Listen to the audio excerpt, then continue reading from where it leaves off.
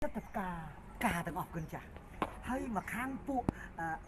អតិទេពមកខាងពួកទេពទៅមកខាងពួកអសុរៈអញ្ចឹងអាក្រក់ក៏មនុស្សល្អក៏មនុស្សនិមន្តឲ្យគៀបទៅនោះនិមន្តគៀបទៅគុណចាស់នេះគឺជាប្រម៉ែមហានគរហើយរូបនេះជាសពុតជាក្បិនដែលតម្លៃវប្បធម៌តម្លៃសាសនាតម្លៃនៃការធ្វើឲ្យមានសន្តិភាពនេះគឺខ្មែររួមគ្នាជាឈាមទៅមួយគុណចាស់និមន្តគុណចាស់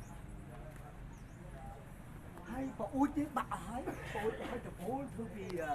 កសាងអំពី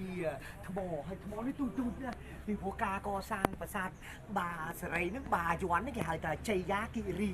គុណចាស់ជ័យគិរីគឺភ្នំជ័យជុំនេះហើយការឲ្យពោ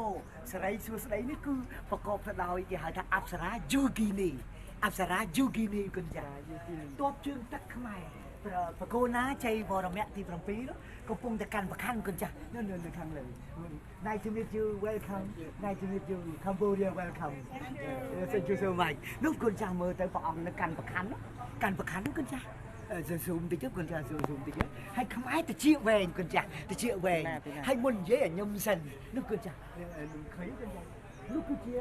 សៀកកំពុងតែលើកជើងគុណចាស់លើកជើងគុណចាស់នឹងបានថាស័ក្តិសិទ្ធិចម្រុងចម្រើនទាំងអស់គ្នា